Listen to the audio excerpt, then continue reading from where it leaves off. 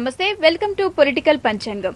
మన రాష్ట్ర దేశ రాజకీయ పరిస్థితులను పంచాంగపరంగా విశ్లేషించి రాజకీయ పరిస్థితులు ఎలా ఉండబోతున్నాయి, రాజకీయ నాయకుల భవిష్యత్ ఎలా ఉండబోతోంది అనేది మనకు విశ్లేషించి చెప్పడానికి ప్రముఖ జ్యోతిష్యులు పొలిటికల్ ఆస్ట్రాలజర్ శ్రీ మంతా సూర్యనారాయణ శర్మ గారు మన స్టూడియోకి వచ్చి ఉన్నారు. మీరు కూడా రాజకీయ నాయకుల భవిష్యత్తు గురించి కానీ మన రాష్ట్ర దేశ రాజకీయ పరిస్థితుల గురించి కానీ సూర్యనారాయణ శర్మ గారితో చర్చించాలనుకుంటే స్క్రీన్ మీద స్క్రాల్ అవుతున్న నెంబర్స్ కి కాల్ చేయండి, శర్మ గారితో చర్చించండి. నమస్తే సార్. నమస్కారం అండి. సార్, ముందుగా రీసెంట్ గా జరిగిన రాజకీయ పరిస్థితుల గురించి తీసుకుంటే చిరంజీవి గారి గురించి, చిరంజీవి గారికి కేంద్ర మంత్రి పదవి ఇస్తారు అన్న వార్తలు కొంతకాలంగా వస్తూ ఉన్నాయి. అయితే ఈ రోజు జరిగిన కేంద్ర మంత్రివర్గ విస్తరణలో ఆయనకి ఏ పదవి ఇవ్వలేదు. అలాగే రాష్ట్రంలో కూడా ఆయన పార్టీ నుంచి ఒక్క మంత్రి పదవి కూడా ఆయన పార్టీ నుంచి ఏ ఒక్కరికి ఇవ్వలేదు. ఇదంతా ఎందుకు జరుగుతుందంటారు? అంటే ఆయన గ్రహస్థితి బాలేక అంటారా, లేక పార్టీ గ్రహస్థితి బాలేక అంటారా? చక్కటి ప్రశ్న వేశారండి. చిరంజీవి గారి గురించి మనం ఈరోజు ఆరంభిస్తున్నాం. అయితే ఇక్కడ ఏంటంటే చిరంజీవి గారికి ఒక ప్రజారాజ్యం పార్టీ అని ఒక పార్టీ ఉంది. ఆ పార్టీ ఇప్పుడు ఎక్కడ ఉందో జెండాలు కూడా కనిపించట్టు, అది వేరే సంగతి అనుకోండి. అయితే ఇక్కడ ఏంటంటే చిరంజీవి గారి జాతకం మనం తీసుకున్నప్పుడు ఏంటంటే జాతక రీత్యా మనకి ఏం కనబడుతుందంటే ఇక్కడ 22 ఆగస్టు 1955 పుట్టినట్టుగా కనబడుతుంది. ఇది కూడా ఆయన చిత్తా నక్షత్రంలో పుట్టి ఉంది. ఇక్కడ ఏంటంటే కష్టాలు వచ్చినప్పుడు అందరికీ ఒకేసారి అన్ని కష్టాలు ఒకేసారి వచ్చినట్టుగా, యోగం వచ్చినప్పుడు అన్ని యోగాలు ఒకసారి కనబడేట్టుగా ఇది కొంతమంది జాతకాలు ఉంటాయి. సో ఆ విధంగా అయినప్పుడంటే ఈయన జాతకాన్ని చూసినప్పుడు ఇక్కడ చిత్తా నక్షత్రం అవడం, తర్వాత కన్యా రాశి అవ్వడం, తర్వాత లగ్నం చూస్తే తులా లగ్నం అవడం, ఈ తులా లగ్నంలో శని ఉచ్చ స్థితిలో ఉండడం, శని మహారదశ వచ్చినప్పుడు రాజయోగం ఇవ్వడం, ఇవన్నీ స్పాంటేనియస్ గా ఒకదాని తర్వాత రావడంతో ఆయన మెగాస్టార్ గా ముందుకు ఎదగడానికి పూర్తిగా దోహదం. పద్మశ్రీ అవార్డు రావడం, ఇవన్నీ ఆ గౌరవపదమైన అవన్నీ రావడమే చాలా కష్టం. ఒక వ్యక్తికి అన్ని రకాలైన యోగాలు రావడం అని చాలా ఏదైనా శని యొక్క మహారదశలు ఇవన్నీ జరిగాయనికి మనం ఎప్పుడు ఆ దశను ఎప్పుడు కామెంట్ చేయడానికి లేదు. అంత రాజయోగం ఆయన చూపించనమాట. అంటే అంత స్పాన్ ఆఫ్ ఓన్లీ 19 ఇయర్స్ శని మహారదశలోని 94, 96 లో స్టార్ట్ చేసిందంతా అలా యోగం మీద వెళ్ళింది అనమాట. అదేంటి సినీ ఇండస్ట్రీస్ కావాల్సిన రాజ యోగాలన్నిటికీ సంబంధించిన గ్రహాలన్నీ అనుకూలత అక్కడ బాగా కనిపించాయి. అయితే ఇక్కడే ప్రతి ఒక్కరూ ఏం చేస్తారంటే ఇబ్బందికరమైన స్థితి చూస్తారు. నాకు ప్రజల ఆదరణ ఉంది అనేసరికి ఆటోమేటిక్ అనుకుంటే ఆ ఆదరణతో ఇంకేదైనా కూడా చేయించండి. అంటే ఇది జాతకాన్ని రాజకీయంగా ఎంతవరకు బలం ఉన్నదని విశ్లేషణ చేయడం చాలా అవసరం ఉంది. చాలా మంది ఏం చేస్తారంటే ఇక్కడ సినీ ఇండస్ట్రీలో ఉన్న వాళ్ళు చాలా మంది ఇప్పటికీ నేను చూస్తున్నాను ఏంటంటే రాజకీయంలోకి రావడము, వచ్చిన ఎంతో మంది కూడాను ఒకసారి గెలవడం, లేకపోతే గెలవకపోవడము, ఓడిపోవడము, మళ్ళీ అదే కనుమరుగైపోవడం రాజకీయ రంగంగా ఇవి మనం చూస్తూనే ఉన్నాం. ఎంతమంది సినిమా యాక్టర్స్ మనం చూసిన రకంగా ముందుకు వచ్చిన కృష్ణ గారు వచ్చారు, ఒకసారి గెలవడానికి ప్రయత్నం చేశారు. అలా కోట శ్రీనివాసరావు గారు వచ్చారు, ఒకసారి గెలవడానికి ప్రయత్నం చేశారు. అలాగే కృష్ణరాజు గారు వచ్చారు. ఇలా మనకు కనబడుతున్న మంచి ఫేమస్ ఆర్టిస్టులు అందరూ మనకు రావడము ఇవన్నీ మనం చూస్తున్నాం. మనకి ఇదేంటి మన బాబు మోహన్ గారు కూడా ఒకసారి వచ్చి గెలవడం జరిగింది. ఇదంతా ఏంటంటే ఈ ప్రజాదరణ అనేది ఎంతవరకు ఉపయోగపడుతుంది రాజకీయంగా, అసలు రాజకీయ యోగం ఎంతవరకు ఉంది అన్నది విశ్లేషణ చేసుకుని ముందుకు వెళ్ళడం అనేది చాలా అవసరం పడుతుంది. దీనికి పెద్ద ఉదాహరణ చిరంజీవి గారి జాతకం అన్నమాట. ఇక్కడ చిరంజీవి గారికి వచ్చినప్పుడు అంత మెగాస్టార్, అంత మహారాజు, మకుటం లేని మహారాజు స్థితిలో ఆయన ఉన్నారండి.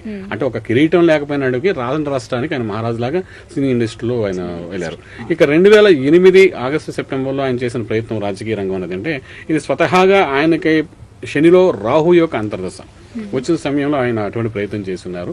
ఈ రాహు అంటే ధనస్థానంలో నీచ స్థానంలో ఉండడం ఏంటంటే రాహు ఎంటర్ అవుతున్న అంత యోగాన్ని పూర్తిగా ఒకదాని తర్వాత ఒకటి స్టెప్ బై స్టెప్ ఆయన యోగాన్ని కింద దించేయాలని చెప్పడానికి అవకాశం అనమాట. అంటే అంత మెగాస్టార్ అయి ఉండి పద్మశ్రీ, పద్మభూషణ్ ఇలాంటివన్నీ ఎన్నో అవార్డ్స్ తీసుకున్న వ్యక్తిగా ఆయన ఉండి డాక్టరేట్ తీసుకున్నారు. అంత స్థితిలో ఉన్న వ్యక్తికి ఈ రాజకీయ రంగం అనేది అంటే రాహు అనేవాడు వచ్చి ఎంట్రీ చేయించాడు. నీచ స్థానం ఉన్న రాహు వచ్చి అక్కడ ఆయనకి ఏంటంటే స్థానము యోగము రెండు చూసుకుంటే ప్రజాదరణ యోగము చూస్తే ఆ యోగం పడిపోతుంది, ప్రజాదరణ అలాగే ఉంటుంది అనమాట. ఇది అనలైజ్ చేయడం అనేది చాలా కష్టమైన పరిస్థితి అనమాట ఆయన జాతకానికి. సో ఆయన ఏమనుకున్న ప్రజాదరణ ఉన్నది యోగము రెండు ఒకటేలాగా ఉంది అనుకుని ఆయన ముందుకు వెళ్ళడానికి ప్రయత్నం చేశారనమాట. యోగం పడిపోయేటప్పుడు చెప్పి పడిపోతుంది. ఏ మనిషికైనా ఒక స్థితిలో ఉన్నప్పుడు ఆయనకి ఇబ్బంది కలిగిందంటే ముందు చుట్టుపక్కల వాడిని బంధించిన తర్వాత ఆ దోషం అనేది చూపిస్తుందన్నమాట. యోగం వచ్చినప్పుడు నెత్తిమి పడినట్టుగా వస్తుందన్నమాట. అంచేతంటే ఈ దోషం తగులుతున్నప్పుడు అంటే ఎవరికీ తెలియదు. ఆ మాయలో ఉంటారు కాబట్టి పర్వాలేదులే, ఏం కాదులే, ఎవరికో జరుగుతుంది అన్న అది ఎక్కడో ఎండింగ్ లో చూపిస్తుందన్నమాట. సో ఆ విధంగా ఈ రాహు యొక్క అంతర్దశ వచ్చినప్పుడు ఆయన దశ మహాదశలోని శని మహాదశలో అంతర్దశ రాహు అన్నమాట. ఆయన 93లో మొదలైంది. ఇది ఆల్మోస్ట్ 2007 ఆల్మోస్ట్ నవంబర్ తర్వాత అంటే 2008లో మొదలైందండి. 2007 నవంబర్ తర్వాత మొదలైంది. అది అలా వస్తూ ఏం చేసినట్టు ఈయన ఆల్మోస్ట్ రాహు యొక్క అంతర్దశలోని ఆయనకి ఇంట్లో కానీ ఎక్కడైనా చూడండి, ఇంట్లో ఉన్న పరిస్థితి చూడండి, తండ్రి గారు తల్లి గారి పరిస్థితి, పిల్లలు అన్నదమ్ములు అన్నిటి 1 by 1 ఒకటి ఆయనకి డ్రాగ్ ఆన్ చేసుకుని ఉంటాయి. అంటే మానసికంగా ఒత్తిడి ఆయనకి రాహు తీసుకుని వచ్చిందన్నమాట. అలాంటి పరిస్థితుల్లో కూడా చాలా మంది ఆయన సలహా ఇచ్చి ఉంటారు. నేను కూడా ఒకసారి 2008లో సలహా ఇవ్వడానికి ప్రయత్నం చేశాను. సో ఈ రాజకీయం అనేసరికి ఆయనకి అది పూర్తిగా సక్సెస్ఫుల్ అవ్వకపోవడం కారణం అంటే ఆ కాంబినేషన్ అనమాట. సో అలాంటి మహార్దశలోనే ఆ రాజయోగం లేని పరిస్థితుల్లో ఇప్పుడు శని యొక్క అంతర్దశ గురుడు, తర్వాత శని మహార్దశ పూర్తిగా కంప్లీట్గా అయిపోతుంది అనమాట.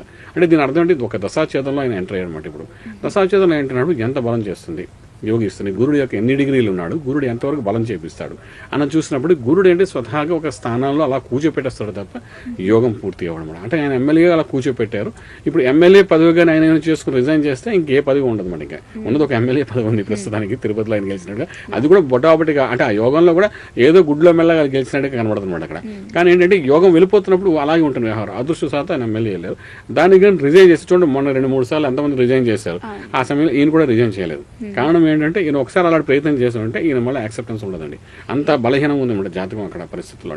సో ఇటువంటి పరిస్థితుల్లో అసలు ఎమ్మెల్యే పదవికే నిలబెట్టుకోవడానికి కష్టమైన పరిస్థితి ఇప్పుడు అలాంటి అనుకున్నప్పుడు ఇక్కడ రాజకీయంగా ఆయనకు ఒక మంత్రి పదవి గురించి మనం మాట్లాడుకుంటున్నాం.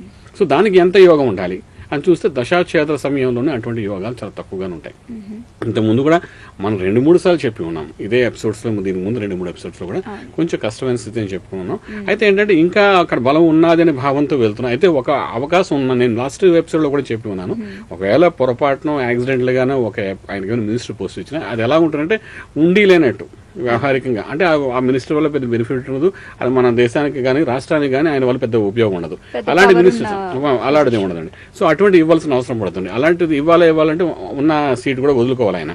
ఇలాంటివి ఎన్నో ఉన్న రాజకీయంగా వాటి సంగతి ఎలా ఉన్నప్పటికీ జ్యోతిష్ శాస్త్రపరంగా చూసినప్పుడు అంతర్దశలో గురుడు యొక్క ప్రభావం ఉన్నప్పుడు గురుడు దశమ క్షేత్రంలో ఉన్నప్పటికీ లగ్నానికి సపోర్ట్ చేయడు. గురుడు ఉచ్చస్థితిలో ఉన్నప్పటికీ ఆయన ఉన్న డిగ్రీస్ ప్రకారం చూసుకున్నా కూడా మనకు అంత సపోర్ట్ ఎక్కువగా ఉండదు. కాబట్టి స్టాగ్నెంట్ చేసి అలా ఉంచుతాడు తప్ప యోగించే స్థితి కాదు. యోగ స్థితిలో ఉన్న గురువు కాదు అక్కడ నేను. సో డెఫినెట్గా అంటే అలా నిలబెట్టి మహార్దశ 2012 మే వరకు చూపిస్తాడు అనమాట. మే తర్వాత బుధ మహార్దశ వచ్చిన ఎందుకు రాజకీయాలు మనకు అని చెప్పి ఏదైనా వ్యాపారం చేసుకుందాం, లేకపోతే ఏదైనా బిజినెస్ పెట్టుకుందాం, అంటే ప్రొడ్యూసర్స్ గా ఇలాంటి వాటి ఎన్నో ఉన్నాయి కదా, వాళ్ళ ఫిలిం ఇండస్ట్రీ ఏదైనా చేసుకుంటే బాగుండనే భావంతో ఆయన కొంతవరకు ఇందులో సన్నగిలే అవకాశం కూడా ఉందండి. తర్వాత కాంగ్రెస్ మహాసముద్రం అందరికీ తెలిసింది, ఎంతమంది కలుపుకున్నా అదేంటంటే లెక్కలో ఉండదు, అందులో ఇది ఒక భాగం. తర్వాత ప్రజారాజ్యం పార్టీని విలీనం చేసే ముందు ఆ పార్టీ ఆవిర్భవించిన సమయంలో కూడా మనం ఎన్నోసార్లు చెప్పి ఉన్నాము.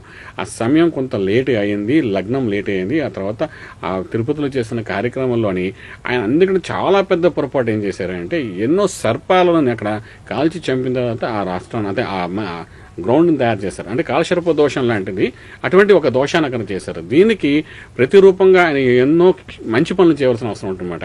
సో అటువంటి ప్రక్రియ చేసిన కారణంగా ఏంటంటే ఆయన జీవితంలో ముందు జరిగే స్థితిలోని ఎన్నో అంటే నెగిటివ్ వేవ్స్ని చూడవలసిన అవసరం పడుతుండే. అంటే ఆ గ్రౌండ్ ఖాళీ చేసి అక్కడ ఒక ఇది చేశారు కదండి, పార్టీ ఆవిర్భావం కోసం ఒక పార్టీ పెట్టిన సమయంలోని కొన్ని వేల పావులనేమో అక్కడ చంపడం జరిగిందన్నమాట. అంటే బంద్ చేసి చేయడం అంటే నాగదోషం అనేది ప్రాక్టికల్గా ఆయనకి అది తగిలినట్టుగా మనం చెప్పడానికి అవకాశం ఉంటుంది. ఈ దోషం అన్నది తరతరాలకి అంటే ముందు తరానికి కూడా చూపించే అవకాశం ఉంటుందన్నమాట. ఇలాంటివన్నీ ఇవన్నిటికీ దోహదం పోవాలంటే కొన్ని వేల ఆవులు దానం చేయడం, గోదానం చేయడం, భూదానం చేయడం, ఇలాంటివి ఎన్నో మంచి కార్యక్రమాలు చేసే స్థితి ఆయనకు రావాలి. అవి చేస్తే ఈ దోషాలన్నీ పోతాయన్నమాట బేసిక్గా. సో అటువంటి స్థితిలో ఉన్న వారికి అంటే యోగం రావడం అనేది కొంచెం కష్టమైన స్థితి. సో మినిస్టర్ పదవి మనం అనుకుంటున్నాం, కానీ మినిస్టర్ పదవి రాకపోవడానికి టెక్నికల్గా జ్యోతిష శాస్త్రపరంగా బలం అంతా అనుకూలంగా లేదని చెప్పగలుగుతాం. ఇది కాకుండా ఆధ్యాత్మికంగా కూడా ఆయన చేసిన పనులకి ప్రతిరూపంగా ఏమైనా కార్యక్రమాలు చేస్తే కనీసం ముందు జరగబోయే కాలంలో కూడా ఇబ్బంది పడకుండా చాలా మంది మనం చూస్తున్నాం కాబట్టి ఇబ్బంది పడక సహజీవనం చక్కగా మంచి స్థితిలో వెళ్ళే అవకాశం ఉంటుంది చెప్పగలుగుతామండి. ఓకే సార్, ఒక కాల్ తీసుకుందాం ఇప్పుడు. శ్రీహరిరావు గారు మెదక్ నుండి.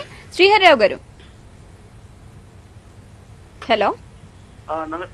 నమస్తే అండి, శర్మ గారితో మాట్లాడండి. సిద్ధాంత్ గారితో మాట్లాడతారు. చెప్పండి శ్రీహరిరావు గారు. శర్మ గారు నమస్కారం అండి. నమస్కారం అండి, చెప్పండి. నేను తెలంగాణ గురించి మాట్లాడాలనుకుంటానండి. చెప్పండి స్వామి, తెలంగాణ గురించి అడుగుదాం. చెప్పండి, ఏం అడగాలనుకుంటే చెప్పండి. ఇప్పుడు 2014 కి తెలంగాణ వస్తుందా రాదా? ఇప్పుడు 2014 గురించి మీరు మాట్లాడుతున్నారండి. 2014 సమయానికి చూసుకుంటే అంటే ఆంధ్ర రాష్ట్ర అవతరణ యొక్క లగ్న ప్రకారం మనం చూసుకున్నప్పుడు ఏంటంటే 2014 కాదండి, ఇంకొక నెల 2 రోజుల్లో తెలంగాణకి ఇవ్వాల్సిన అంటే ఒక సహజమైన స్థితిని తీసుకురావడానికి రాజకీయ వర్గాల వారు ప్రయత్నం చేసి అందులో సఫలీకృతమయ్యే అవకాశం ఉంది. సహజమైన స్థితి అంటే ఒక యోగమైన స్థితిని తీసుకురావడం చేసే ప్రయత్నమే చేస్తారు తప్ప మీకు తెలంగాణ ప్రత్యేక ఇవ్వడానికి మాత్రం ఈ రాష్ట్రానికి అవకాశం లేదన్నట్టుగానే లగ్న ప్రకారం మనం తెలుస్తోందండి. అయితే దీన్ని ఏ విధంగా మన రాజకీయ నాయకులు ఉపయోగించుకుంటారనేది మనం చూడవలసిన విషయం అని చెప్పగలుగుతామండి.